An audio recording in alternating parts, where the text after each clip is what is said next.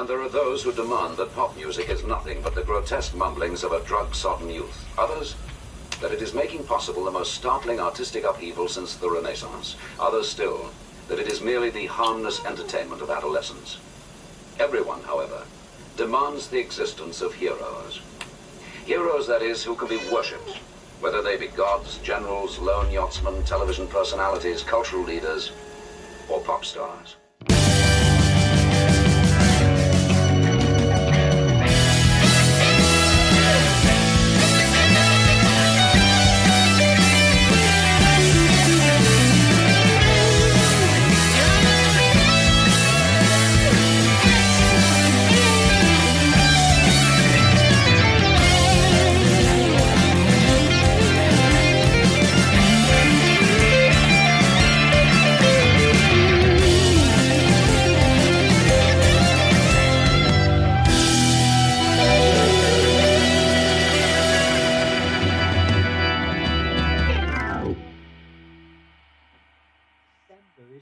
December 1967. I can't actually. Oh yeah, December 16th, 1967. Yeah, and you think, well, what's that going to be? So there's a couple of things in the charts that are what I would call psychedelic. Let's see, what page is that? NME Top 30. Oh, Hello Goodbye at number 1. Let the Highs Begin. I mean, you've got Cliff in there, All My Love, but Magical Mystery Tour is at number 10. Daydream Believe, that's not really psychedelic, but that's Here We Go Round the Mulberry Bush by Traffic, which I wanted to bring up because that appears later in the magazine, right? Yeah, There Is a Mountain, Donovan. Great song. That was in the charts. I can't imagine that being a chart hit, you know? Yeah, it's kind of, I mean, I absolutely love that single. It's a weird one because it's you've got this calypso sort of beat going to it. It's very Donovan and he's jaunty. I mean, he always is a bit jaunty, but that kind of calypso kind of beat. And then you've got this strange thing. This is my interesting pop trivia. You've got a Zen koan, so Buddhist Zen koan as a lyric, which is first there is a mountain, then there is no mountain, then there is. Something to ponder on when you're, high on LSD in 1967, having your cornflakes in the morning or something. First there is a mountain, then there is no mountain, then there is. First there is a mountain, then there is no mountain, then there is. Oh yeah! Well, no, the thing about the lyrics was I always just thought, oh, that's just Donovan doing Donovan and having these sort of slightly childlike but interesting things. But I was reading like a Philip K. Dick book, and he quotes that line in there, and he mentions where it is from, like you say, it's a koan. And I was like, oh crikey! Well, I was the same with you. He wasn't just making up weird stuff. It's like Yeah, well, it sounds like a quirky, just a quirky kind of slightly trippy. Yeah, it sounds like it's a perfect lyric for 1967, isn't it? For UK Psych single. So and it was only years later when I was exploring Buddhism that I kind of came across it and went, oh, actually, always a Zen koan. But this sort of teaching snuck into a pop record. But I think by then he'd got into sort of TM meditation, like the Beatles have with the Maharishi in India. It got into that sort of more, sort of word spirituality. Interesting aside pop fact around that single or song. Years later, the Allman Brothers, great, Southern American jam band, go on and do a lengthy version of it on their album Eat a Peach. Yeah. So if you which is I think from like early 71, 72. Someone will correct me. Anyway, there's a great live jam version of that song, sounding like as if the Grateful Dead had got hold of it and sort of right. And it's less. They're not actually. There's no lyrics to it, but they're just taking the melody and then they're just running with it. Oh right. In true, kind of late 60s, early 70s inspired, chemically aided, where you play it for 20 minutes and the audience haven't even noticed. Anyway, so that's my pop trivia around. I mean, I guess there's a lot of that, isn't there? There's like, Vanilla Fudge doing Set Me Free for like 20 minutes with like really slowed down and loads of solos and, that sort of thing. And I think Deep Purple did it as well. I think Deep Purple did they do River Deep Mountain High, or was that Vanilla Fudge as well? It's like you take a well-known pop song and just like really stretch it. Yeah. And Donovan's other song that was used a lot by bands as a sort of became a sort of great cover version was Season of the Witch, which is on his Sunshine Super album, which came out in '67. Yeah. Well, I know the Brian Auger and Julie Driscoll. Yeah, the Trinity. Yeah, I know that version. But yeah, you can imagine a lot of people. There's a great version of them playing it on the Monkees TV show. Right. Okay. There's a great version on Stephen Stills and Mike Bloomfield and I forget who else is on that album. It's that famous live album from the late 60s. Yeah. There's a great version on there. And I think it's just one of those songs that, because it's such a great riff and it's probably, I'm not a musician, but it's a good song probably to jam around. Yeah. I think it's like 2 chords, isn't it? Yeah. I think I've read, it's just 2 chords, so it's like dead easy to play. So obviously, you can jump off from it. But like Donovan must have been shit hot because loads of people were covering his songs. Like King Crimson do Get Your Bearings. And like obviously Fat Angel. I heard this. Now this is a strange but true. I heard that Noel Gallagher is really into Donovan's Get Thy Bearings and had it on a mixtape. Oh, when right. Oasis were on tour, or what's his other High Flying Birds or something? High Flying Birds, yeah.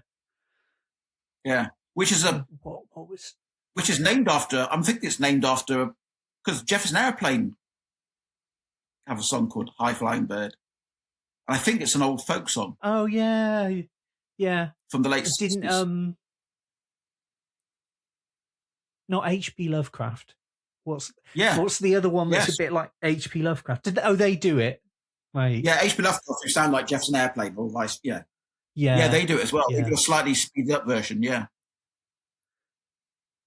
I mean, I think I was going to say It's a Beautiful Day, but that's Whitebird, isn't it? Yeah, There's a lot of bird songs in that era. Yeah. But It's a Beautiful. We could just go off on. This is 2 blokes going off on down rabbit hole. That's most podcasts are that, aren't they? Trivia. But there's a link between It's a Beautiful Day and Deep Purple. Oh, can you remember the link? Well, I mean, do you want to say who noticed it? I think you must have noticed it first. Actual pop muscles. It's now I can't remember exactly, but they cover. So, is it "Child in Time," the Deep Purple song? Yeah, the one that goes. The arrangement, basically, I mean, the whole structure of the song is taken from a track on the second side of It's a Beautiful Day's album called Bulgaria. Yeah. Now, I think there's a link between.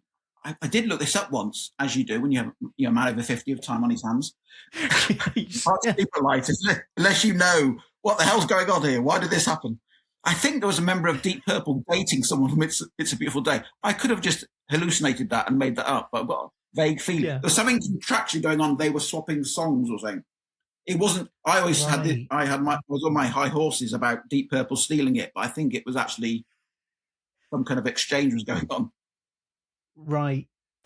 I know there's some weirdness with I think you pointed it out to me years ago because you heard me playing It's a Beautiful Day.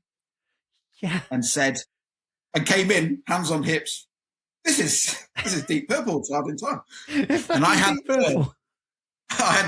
my lack of Deep Purple knowledge was somewhat shocking. Anyway, there's you pointed it out and then played it to me, and then I read a weird thing about Deep Purple in that there's that first iteration of Deep Purple that did Hush, and they were a bit more of a sort of psych pop band. One or something they're called or something. Yeah.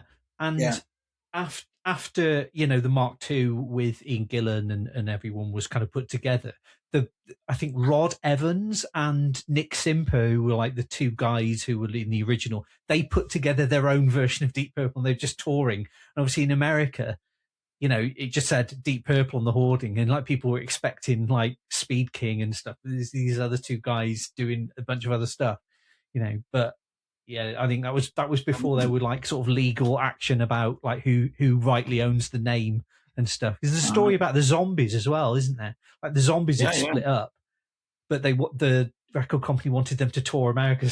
Just got 5 musicians put them together and said, "Here's the Zombies," and they were all from like Wichita or somewhere.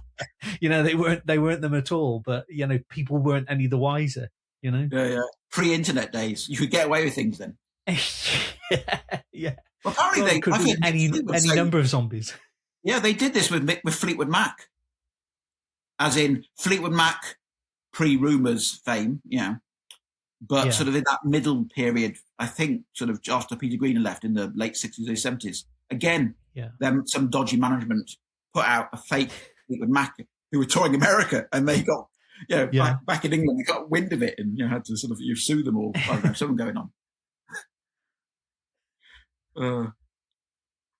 So what else? I mean, anyway, you mentioned Harry Seacombe by Shirley Bassey.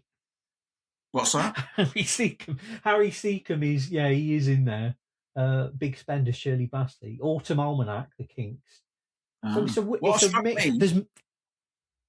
struck me with looking at those singles and looking at the albums, and I've heard, obviously, I wasn't alive in 1967. And I've heard people, commentators and journalists or people who were around then as a teenager, that yes, you had the Beatles being huge and the Rolling Stones and Procol Harum releasing White Shade of Pale.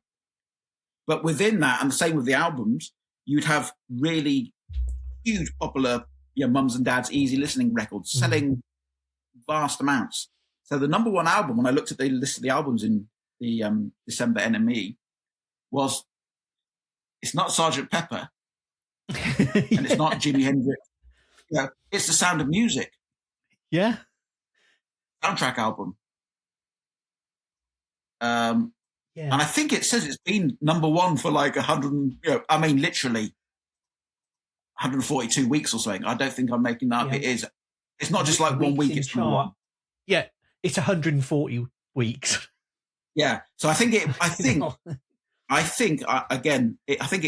The Sound of Music soundtrack is one of the biggest selling albums of the 60s. Yeah. We think of, yes, Beatles, and of course it is. Sgt. Pepper is a huge album, and a lot of the Beatles albums are huge. Yeah. But compared to, some of those albums, they were selling by the cartload as well. Yeah.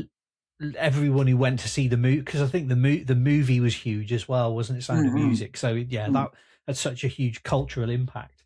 There's a Val Doonican album on there, British chart. Yeah, that was big. That was last big, wasn't it? Yeah, and then you have within all that you'll have Traffic, first album. Yeah, or you'll have Jimi Hendrix, Disraeli Gears, Disraeli Gears, and then you'll have Shirley Bassey, and it reminds me of when I was, because I'm similar age to you, so I was born in 1972, so growing up in the late 1970s, when I first sort of became conscious of music, apart from just hearing it on the radio, in terms of physically in my home environment, my mum had a Danzig record player, portable ones, and she wasn't a big music fan in any huge way, but there was a few albums because CDs didn't exist, so there were tapes, and then there were records, and the records I remember having in the house, which I grew up with, were Gigi, the soundtrack, which is on the cover of Pink Floyd Ummagumma. So my mum liked a lot of musicals. South Pacific soundtrack. Yeah. The King and I. Oliver.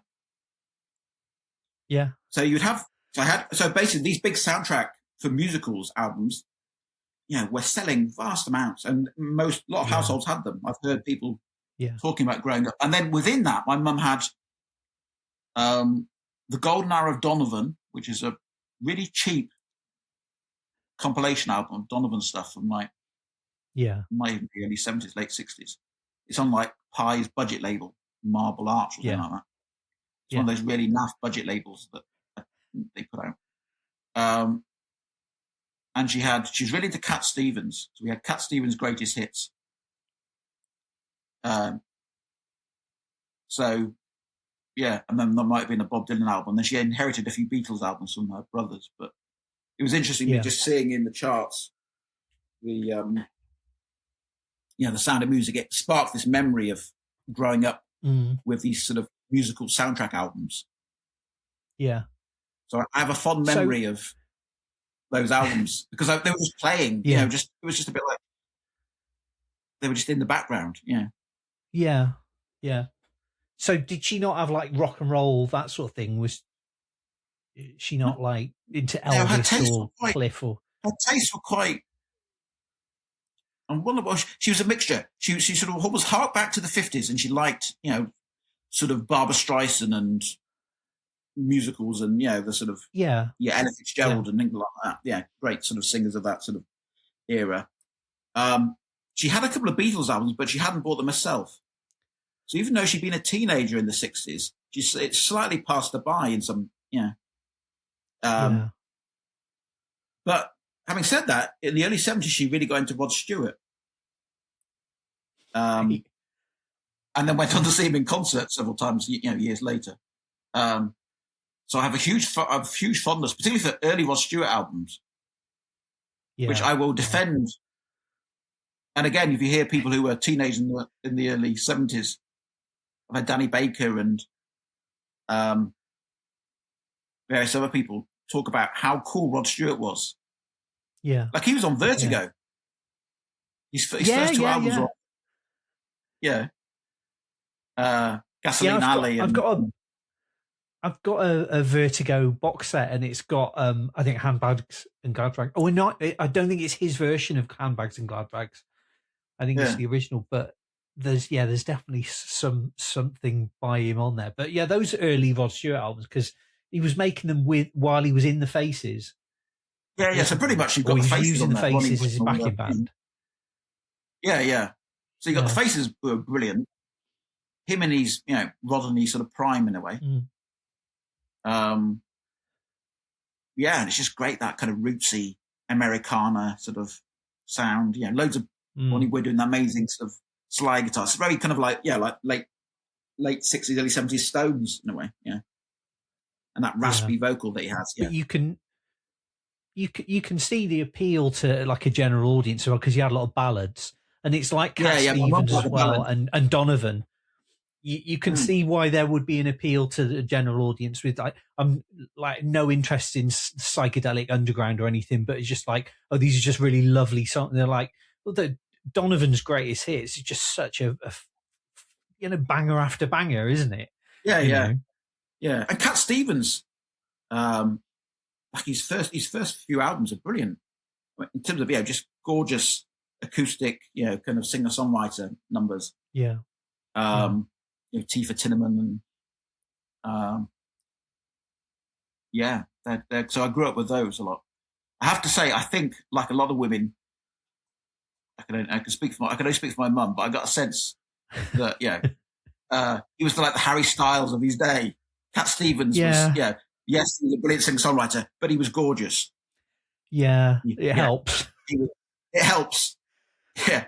And I think he was a bit of a player, really. He was a bit of a dark horse. You have him sort of sitting I have this image of him sitting at home, just quietly playing his guitar, and but I think he was dating most of the attractive women of the late 60s, early 70s. So yes, I think he was enjoying himself, milking his good fortune for what it was worth. Did you see there was an article about Donovan in here? There was a little bit of an interview with him. I think I do remember looking at it. It was talk about him being the sort of the poet bard, and he's floated down to speak to us. And Yeah, on page 4. But it's interesting because they don't really mention any of his music. They talk about him being my magic flows in my blood, and he's talking about like the you know, the kind of mystical side of him and flower power and stuff. See, all this civilization has to go. It will fall because it is very loosely built. There's no basis, there's no faith. It's on sand, then it will sink. But what's been built in the hearts of youth is a strong foundation for a good life. Out of the blue beyond, the strains of 1,000 harps sigh softly on the wind, and through a crack in the clouds, a tiny figure descends to the watching, waiting millions. The traveller on the seas of dissent and hate, voyager through the skies of love, is home again on Mother Earth. Donovan, will-o'-the-wisp, wing-footed prophet and poet of pop, has returned from beyond with his latest offering. The watching millions sway in gentle apprehension. The singer strums his guitar and begins, "First there is a mountain, then there is no mountain, then there is." When it is all over, he holds court and begins to talk about his magic as a performer. Quote, "I don't think it's like a reincarnation thing, but it's in the blood of my race. It's Celtic, Scottish, and the minstrelsy. The magic you hear in tales and things was all based around the Celtic mythology of England. I just drained some of that source, so the magic is here. Some people call it miracles. I like to call it magic." Hail Atlantis. Way down below the ocean, where I wanna be, she may be. You're saying like these are all great things, but you would have said, oh, you know, what is the current album that's out? You know, obviously There Is a Mountain is in the charts. He talks about Bert Jansch a lot. You know, and that kind of the influence of Bert Jansch. Yeah, I remember seeing that. No, he's great, isn't he?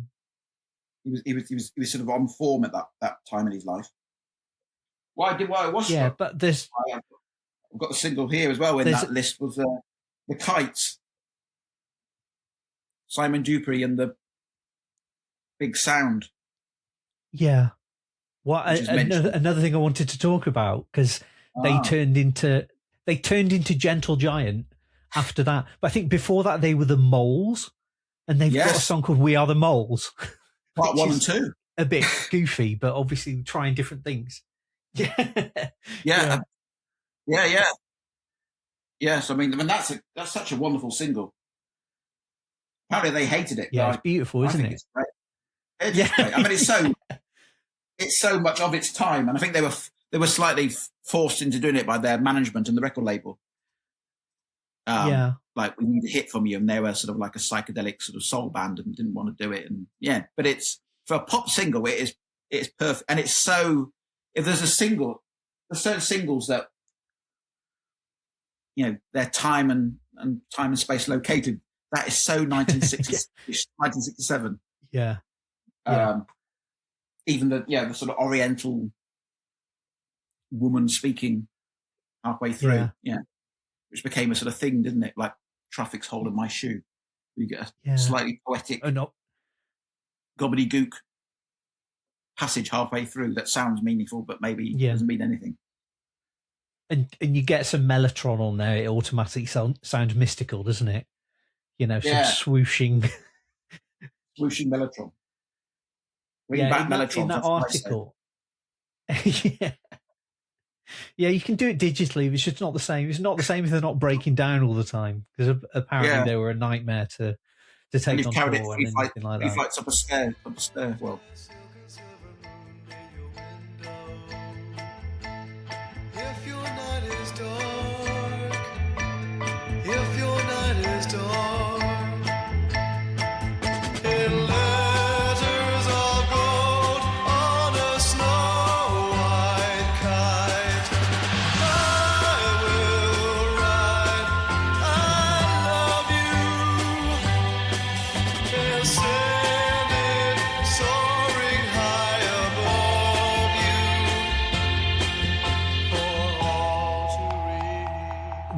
I mean, in that article they say just exactly what you've said about. They're not dismissive of it, but they're saying, yeah, our manager found this and we did it and it's fine. I mean, I think behind the scenes they disliked it because they hadn't written it, but yeah, you cannot argue with that bloody song. It's amazing. Yeah. And when I went to see Arthur Brown do an acoustic set in like 2002, he does a cover of that, and again, just a fantastic version, you know. Sadly, without the fire helmet. It was when he's acoustic. I don't think he sets his head on fire, but you know. You want to see your money back? To special shows. Well, he was supporting Robert Plant. I've paid good money to see a flaming, Fray Bentos pie dish on your head. I don't think I knew he was playing, but I remember walking in and it was like in Leeds University or somewhere like that, and he was just starting and he was singing "Hard Rain's Gonna Fall," and he had like a wizard's hat and he had a veil over his face and he had like a suit jacket but like a Hawaiian skirt, like a grass skirt but made of like tinsel, and he had like a staff, like a wizard staff, and like in time with the beat he was bashing this wizard staff on the stage, and I was like thinking, I'm into this. Yeah. And all the while like a real sort of sparse version of "A Hard Rain's Gonna Fall." But yeah, that was a fantastic, his voice was incredible as well. God knows how old he was. I mean, he's in his 80s now. Yeah, he's remarkable, isn't he? Going. Yeah. But I think he still does the shows where he sets his head on fire. That's good. That's good to hear. That gives me comfort. Going back to Simon Dupree and the Big Sound, you're on about the Moles. Yeah. Which is this really strange single they put out, I think it's in 68, so it's more than a year later. Yeah. And they sort of hid who they were. So they didn't put it out as Simon Dupree and they put it out as sort of slightly like We're Just the Moles, which no one had heard of because they were just like this make-up band, as it were. And because it was on EMI, I'm assuming it was on the Polyphone label, I might be wrong. People assumed it was a sort of obscure Beatles track with Ringo singing on it. So it's great Psych. You see it on English or British Psych compilations now. And I came across it 15, 20 years ago. And then heard this interesting backstory about who it was. And there was this whole kind of thing in the press about it must be the Beatles up to Mischief or something. And then I think it was someone either from the record label or Kenny Everett or someone said no, it's I'm doing the Big Sound. Yeah. And I get the feeling Three Gentle Giant. Yeah. I get the feeling there was a lot of people thinking a band was the Beatles back then because they were so sort of desperate for more Beatles, right? So it's like any band who didn't quite know who it was is like, could be the Beatles. Yeah. Yeah.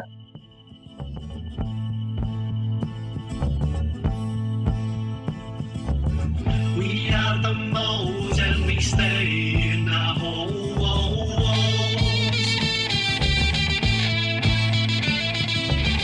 Hiding our faces, revealing our souls.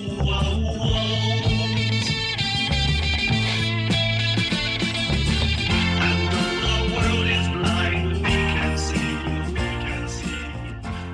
I've got that on Acid Drops, Space Dust and Flying Saucers, the compilation. I don't know if you've got that one, but that's all like UK site. Yeah. No, I've got that. Yeah. No, that's a great compilation. Yeah, that's probably where I first heard it, actually. Yeah. Either that or sort of one of Phil Smee's Rubble compilations. But yeah, I was interested to see what in the NME, what albums came out in December 67. And I see that Traffic's Mr. Fantasy came out in December.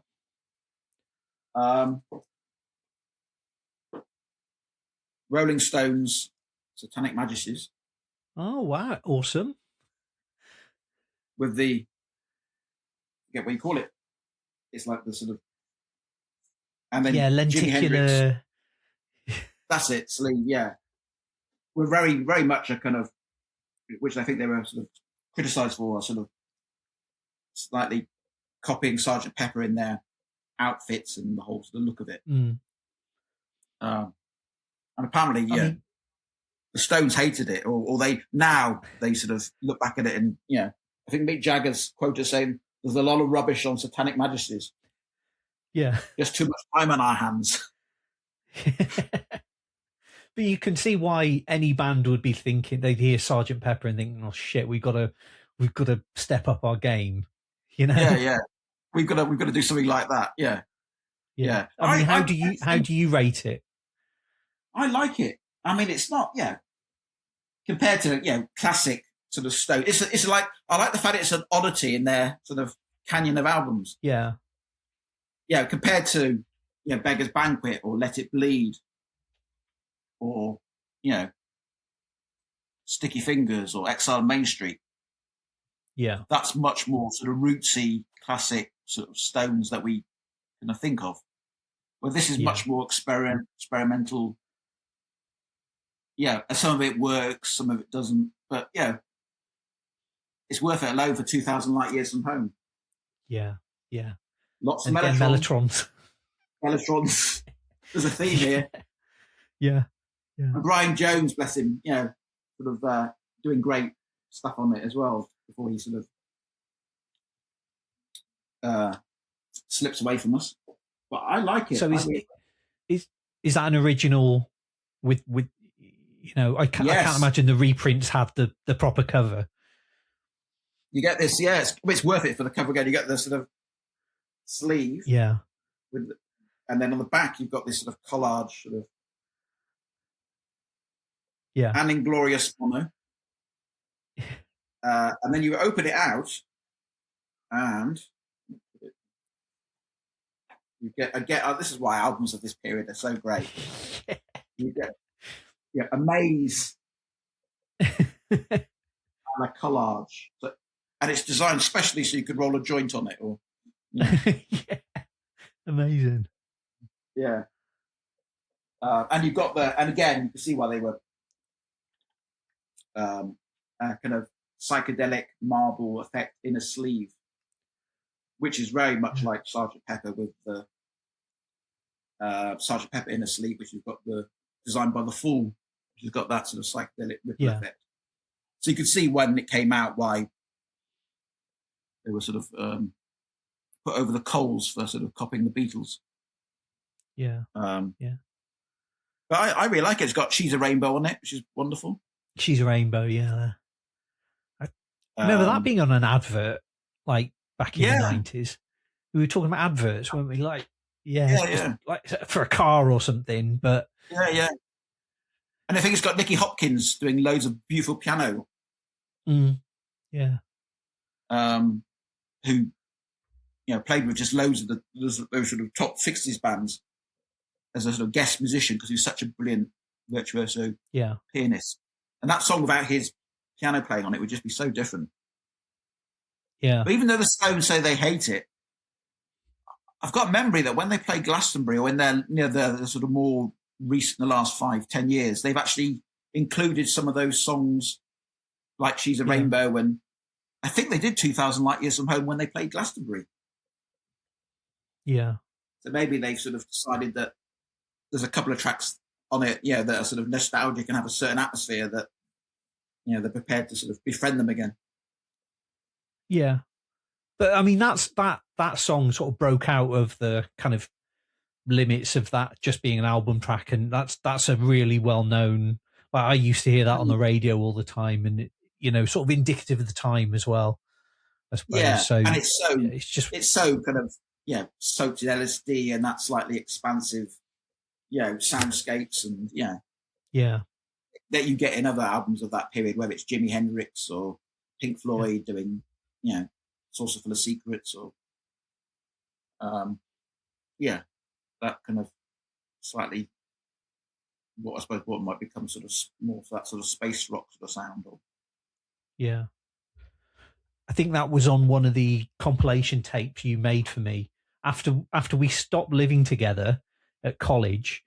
I think you sent me some tapes, and there were several sort of Psych compilations. That's one of the things I wanted to talk about, because I went in our loft and I tried to find them and I couldn't find them, but they are somewhere. But the thing about those was you'd always put little bits in between the songs, which I really appreciated. And I don't know if you remember doing this. Yeah. Like it starts out and it's from like a documentary or something. And there's a guy going, lysergic acid diethylamide. If you haven't heard of it, you will. And then it goes into like, we love you, you know. And you had, like, I think, is it from Frank Zappa where there's two girls going like, I'm advocating dark thoughts. Just weird little bits of nonsense, you know. Oh, yeah. That's probably from We're Only In It For The Money or something. Yeah, yeah. Oh, and there was a bit, you put She's Like a Rainbow on there, but before that you had a little bit of an interview with the Stones, and it was, I think, quite a famous clip where some woman's going, are you satisfied now? And Mick Jagger goes, what, financially or sexually?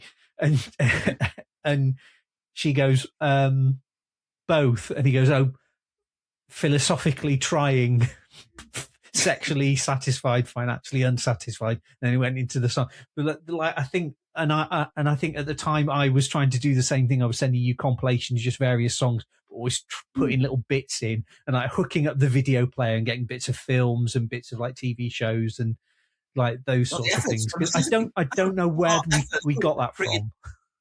That was a lot of effort, wasn't it? Pre-internet. Yeah, loads of effort. We had lots of time on our hands, I think. Yes, we had there was no social media, so it's like, you know, you spent hours making elaborate mixtapes because you could. You didn't waste your hours doom scrolling. I remember you making me, bit like, in terms of mixtapes, I had a memory of you made me either when we first met or maybe years later, but in the, you know, in the first few years of knowing each other, you made me a mixtape of, really great mixtape of Jethro Tull. Because I'd heard... That sounds like the sort of thing I'd do. Yeah. No, but I had heard, you know, like the best of. But I didn't really know much of their stuff.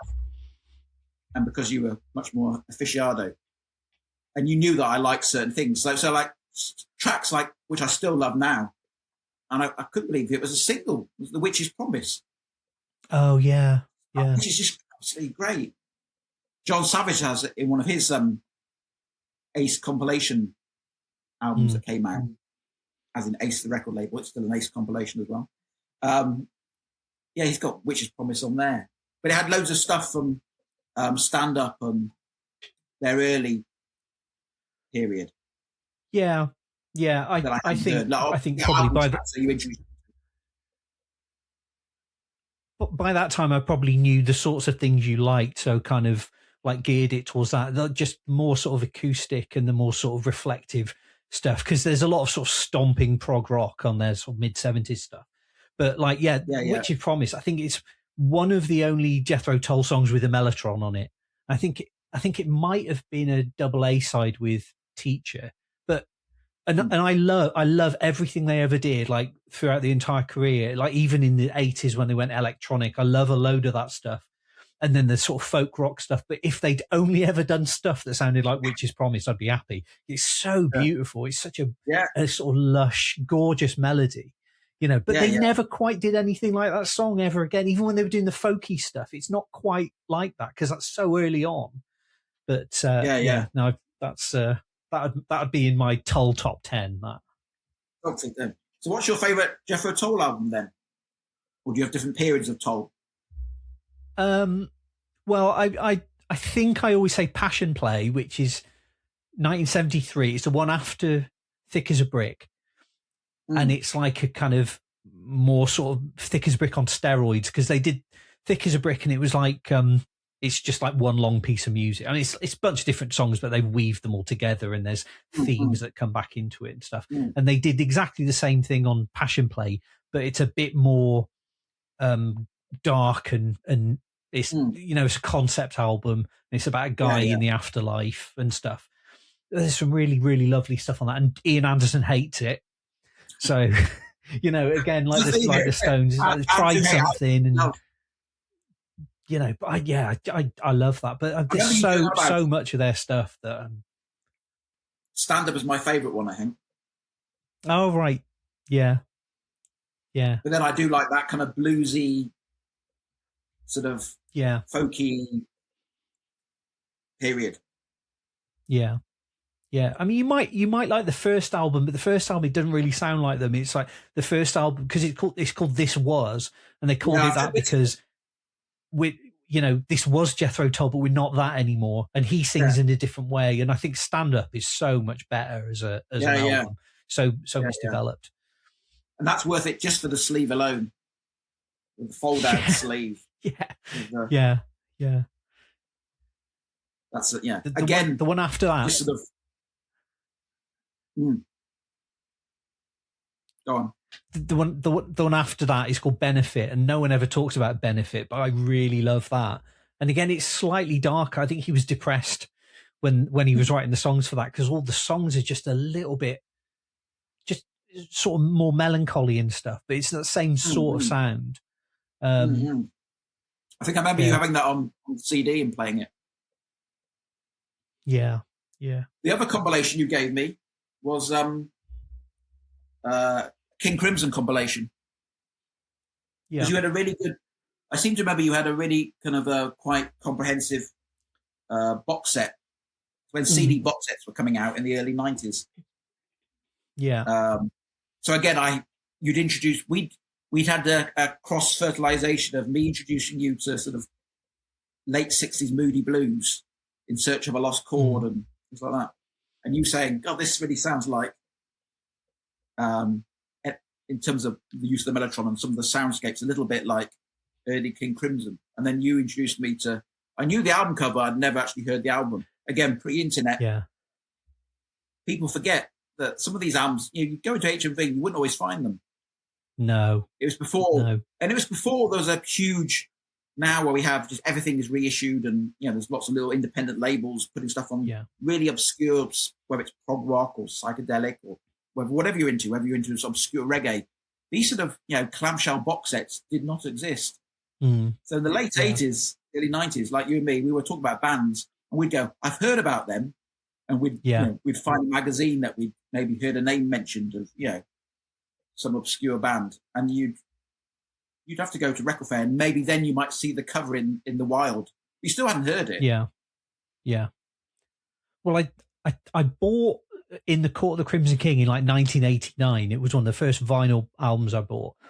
And I was shocked. I was like really surprised because I'd heard they influenced Genesis and Yes. And I know Bill Bruford had been in King Crimson at one point and he was in Yes. So I thought it's just going to sound like Genesis and Yes. And I was so surprised that it wasn't loads of keyboard solos, and it wasn't like, because, I love Yes and Genesis, but like that first King Crimson album, it's so sort of strange and of its time.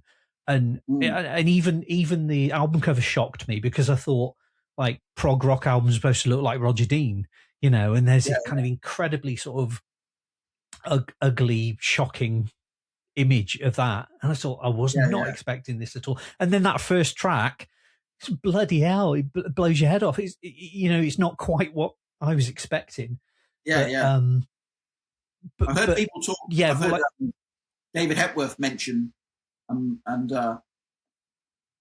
David Hepworth and Mark Commode talk about not Mark Commode, Mark Ellen. Oh, Mark Ellen. I'm mixing up my my presenters. Talking about seeing that in a record shop as a teenager or in the early 20s, the Court of the Crimson King, not knowing anything about it and just seeing rows of the cover, for publicity, and going, "What on earth is that?" And almost like buying it because of the cover. Yeah. And again, like us now, no name on the cover. No name, couldn't stream. They might have heard about it, maybe a little bit in the music press, alluded to. But again, you wouldn't know who they were because they're not like, it's not like, they've got this career prior to that. Well, they've got a career, but they're not sort of big names. I think, people that heard people that heard it were bigging it up, like Pete Townsend talking about it, the best album ever made. And I think a lot of people came to it as well, I've heard, through, of that generation, so if you were in the late 60s, early 70s, through the Island Sampler albums. So there's you'll join in. Is it Good Enough to Eat? It's called now. Rings a bell, yeah. Yeah. It's on one of those 20th century schizoid man. So a lot of people, I think Julian Cope talks about this. Because you couldn't afford, albums were expensive, so a lot of people couldn't afford the album, but they would hear a track from a free album or by, King Crimson, and it would be like a little crack in the door of, my God, there's this band on this cheap compilation I've got that sound amazing, and then you might go and find someone who had a copy and listen to it or buy it yourself. Yeah. I think the equivalent of that for me was going to record fairs and just buying really cheap records, like 50p in a pound. But at the time when I was getting into music, like Alan Freeman had a show on like late night on Saturdays on Radio 1, so he'd play bits. But I think that box set that I had, the King Crimson one, I think I took a bit of a punt on that because I had the first album and nothing else. I thought, well, I can kind of educate myself on the rest of their career. And it's weird, they're like a lot of different bands, really, because there was so much, lineup changes and that kind of thing. And I think the first album, it sort of shocked people and it was sort of surprised people because there wasn't like a long run up. I think the band formed and within 6 months they were touring and had the album out, but there wasn't really that much ahead of it. So it's almost like they kind of sprung fully formed, and people said that what amazing musicians they were, doing all these kind of like syncopated runs on the drum. Like the drummer was really, really incredible, and like a live proposition, like people were sort of amazed by them. But I think I remember putting that compilation together, and again knowing the sorts of things you like, and I think I did just the whole of the first album and then selected other bits from the rest of the career, because there's loads of like little gems all the way through. Do you remember Cat Food? Cat Food, yeah. They were on top of the Pops. That was a single, wasn't it? Cat Food on top of the Pops. And it's like, that's got really loads of strange, talking of amazing in concert. It's up there with one of my favourite gigs, or one of the best gigs I've ever been to, was when we finally got to see Crimson. Yeah. In Manchester, wasn't it? At the Lowry. Yeah. When was that? Like 2017 or something? He was in a good enough mood to actually play pretty much a lot of the early material, wasn't he? Yeah. Fantastic. So lucky to be able to get to see that, because I don't think that would ever happen. Didn't they have three drummers? Yeah. But they were up front, weren't they? Yeah. 2 drummers, not interested. 3 drummers, now you're talking. Now you're talking. Yeah. But free up one of them to play a bit of keyboards. Yeah. It's a bit like Grateful Dead, Allman Brothers Band, 2 drummers. It's a bit like Spinal Tap. We can go that one extra. We've got 3 drummers. Yeah. The other thing I noticed in the NME, it talks about, there's a little thing it looks like it's from the record label, saying that this album is slightly delayed if you've ordered it, or it's about to come out, which I thought was interesting. Yes. Wonderful. Yeah, there's an apology. Cool Britannia, you are cool. Take a trip. Britain's ever shall be. Hip me. Sorry, folks. An apology on behalf of the Bonzo Dog Doodah Band for any delay in receiving or obtaining Gorilla LP, Equestrian Statue, coupled with the intro and the outro, now relatively available. Issued on behalf of the Afro-Eskimo Hunchback One-Eyed Flash Gordon Brain Surgeon Trust for Greater Restricted Garments and their pals. Yes, your copy is on its way or so. Yeah. Nice. And it's great. What's great about that is, as well, which I you don't get the CDs. It came with a lovely booklet. Oh wow! Okay, I've never seen that. And you get, yeah, it's typical Bonzo, Dadaist sort of humour. But yeah. You can tell they were art students. Yeah, I mean, it's sort of psychedelic of its time. Yeah. I mean, they're just great, the Bonzos, aren't they? Yeah, I think I got that from a record library. Another thing about finding new music is like, I've heard of them. I've heard I'm the Urban Spaceman. I'll like check out the rest of it, but it's like, oh, you're lucky enough they've got it in a library, so I can go and get it and find it. Yeah. I think between us we'd sort of do. It's a bit like archaeologists doing archive work. Yeah. We would go to the library a lot, and I remember you getting a compilation of the Bonzo Doodah Band. But yeah, I just love their stuff. I was thinking what they remind me of the other day. It's a bit like I had this image. I think if Noel Coward was in a psychedelic rock band. Yeah. It's just got so English and the humour and the playfulness and the art school sensibilities. It's another band that you'd sort of hear about, you'd read about, but it's like, well, how am I going to hear them? And I think there might have been some documentary on Radio 1 about comedy in music, and they play a little snippet, Yeah. But you can see why so many rock bands loved them and wanted to hang out with them and tour with them. Yeah. And they're in the Magical Mystery Tour. Yeah. In the film. Yeah. In the strip club scene. Yeah. Doing. Talking of albums that I love, and that whole thing about, pre-internet days and that sense of wonder and curiosity, because you couldn't instantly find out about it. You would have to do, some research or find a copy or go to record fair or find someone. Was this album, Donovan, Sunshine Superman? Sunshine Superman, yeah. Yeah, which is probably one of my favourite Donovan albums. It's him. It's got, Season of the Witch on it. Of course, Sunshine Superman, Three Kingfishers, Fat Angel, Jefferson Airplane covered. It's got a lot of the Indian sitar, kind of tabla, and it's just gorgeous. But anyway, this album, because of contractual reasons, wasn't issued in the UK. It's a bit of a hybrid between this and the second album. So this is the American copy, which is the best version, I think. But anyway, I couldn't find a copy of this. And then again, we had to do, I think a friend of a friend, I think my friend Steve, got hold of a copy. And he excitedly brought it, after one summer holiday, brought it on a tape. Like, I found a copy of, someone who got hold of a copy and they managed to tape it. And that whole thing about, so you were just left with this sense of, you'd read about it in maybe a music magazine or an article in Mojo or something, or even, music sort of history books, and then you would sort of sit there wondering what it sounded like, because you just didn't have access to it unless your baby boomer parents had a huge record collection with comprehensive records like that.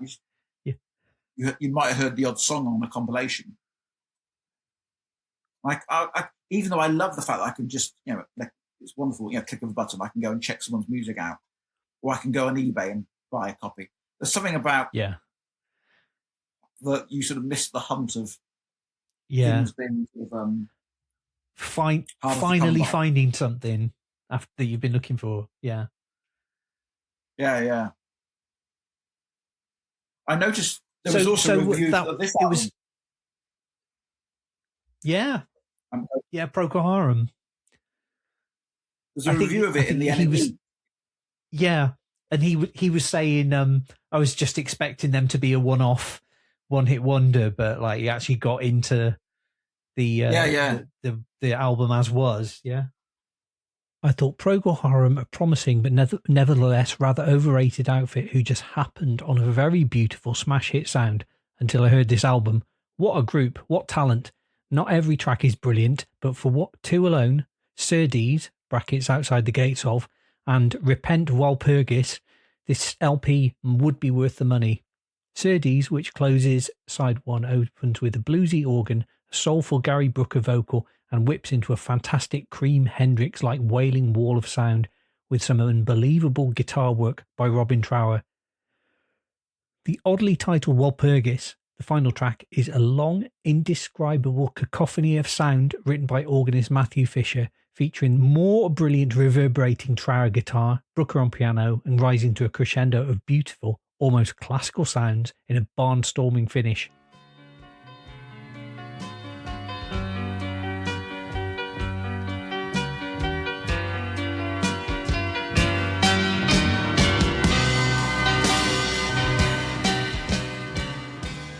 Yeah, I was sort of. Yeah, I think he gave it 4 stars. Yeah. Did you delve into Procol Harum much? I did in your musical travels. To some degree, yes. Like you, I'd heard a couple of tracks. Obviously, "Whiter Shade of Pale" is the most obvious one. Yeah, which I think is one of the most played songs at people's funeral, believe it or not. Oh, okay. Yeah, I can see that.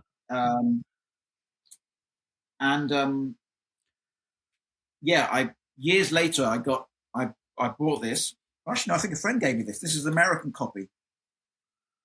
For some strange reason, Procol Harum decided to not include on their UK initial first release of the album their biggest single of all time, which is "The White Shade of Pale." Yeah. But on the American version, which this is, you get it.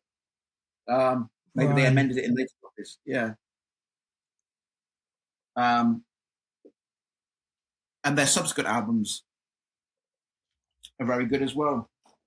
Yeah. I think I just have got a compilation and a few bits here and there, but I mean, I'm looking at the track list now. Conquistador's on there. That's a great song. Yeah. And my second favourite is it "At the Gates of Cerdes"? If I pronounce that correctly. Yeah. Which is great. It's got that kind of lovely, sort of guitar solo on it and percussion. All right. I mean, I've been recording an hour, or just coming up to an hour. So let's put a capper on that. Yeah. On the Morning Bush? Have we given that due credit? I want to. I definitely want to talk about "Here We Go Round the Mulberry Bush" more, but let's save that until the next time we talk, because I know that's mentioned in here. But I'll find something else. But you don't want to give them too much. You want to give them too much too soon. Well, yeah, this is it. The podcast we normally do, we say we do a tight 40 and then sort of run over maybe to about an hour. Anyway, I'm digressing. Jeff Buckley. You would love the Jeff Buckley movie. Yeah. I'm sure it might come online, but it's great. Yeah. I mean, it's a bit like at the end, I sort of needed the tissues. It's you also go, oh, yeah. And just hearing that album, it's just, oh God. Yeah. Every emotional breakup I've had is sort of etched into that album, I think. It's like, for someone who was so good looking and talented, he must have had a lot of heartbreak, broken love affairs, because that's what all his songs are. Yeah. Or maybe it was just one. Maybe it was just one and he spun it out, but yeah. There you go. No, it's very, very, very well done, actually, very moving. And it sort of filled out more about his, friends and family network, and even some of his girlfriends at the time, and his mum as well, talking.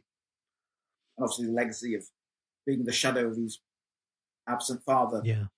Tim Buckley. Yeah. I only learned recently there's a biopic about, I think it's mostly about Jeff Buckley, but it's about Tim Buckley as well. But apparently it's not very good. It's called like Greetings from Jeff Buckley, I think. And Penn Badgley, I don't know if you've ever seen You, which is on Netflix. The main guy in that show plays Jeff Buckley, but I read a review saying it's terrible, but I'd still sort of quite like to see it, because I always thought someone's going to make a film out of this guy's life, because obviously there's so much there. But maybe it's just better to watch the documentary and have the real thing, Yeah. Okay, right. So I'm going to stop recording. Yeah. I was going to say before we go, my obsession with Tim Buckley can be saved for another day. Oh, right. Yeah. Well, yeah, I was reading about Tim Buckley the other day because he's in that list of 100 great psychedelic, like Phantasmagoria in 2. Oh, yes. Who was I reading that someone had done a cover of that? Like, I was reading about some band that had covered that. But yeah, I'll have to look that up. Yeah, that was now my play continually at Bath Road. Yeah. Well, I'd heard he was on one of the compilation albums, the Psychedelic Years, and I'm like, oh God, I love this guy. And then I went and found a CD of it's Hello Goodbye, which is his 67 album, which that's on. Yeah. And then the other stuff was Happy Sad and Lorca and Blue Afternoon, which is a bit more kind of jazzy. Yeah. And Star Sailor was like, that's when he really goes lost album. Yeah. But that's like the song I remember hearing all the time was Buzzin' Fly. Buzzin' Fly must have been on a compilation. Yeah. It was. Me and Steve played Buzzin' Fly continually. Yeah, because it was always buzzing. That album, Happy Sad, really sounds to me. I mean, reminds me of sort of Astral Weeks, that sort of singer-songwriter with music stuff, but that sort of jazzy, jazz-infused feel to it. Yeah. That was another album of his I bought at the time. Happy Sad. Yeah. Again, because you just couldn't get your stuff unless you barely find it on vinyl. Yeah. And again, until Rhino started doing, these sort of anthology compilations of his work, you just couldn't get it. Yeah. Anyway, on that unless you had boomer parents. Yes, boomer parents. All right. Right, yeah. Well, you look after yourself. We will arrange another one of these if you're up for it. Yeah. I think you are. Yeah. And we could talk about more cool stuff.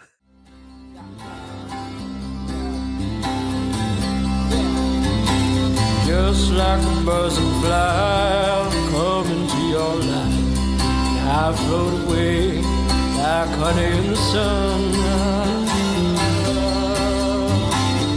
Who was right or wrong? I couldn't sing that song.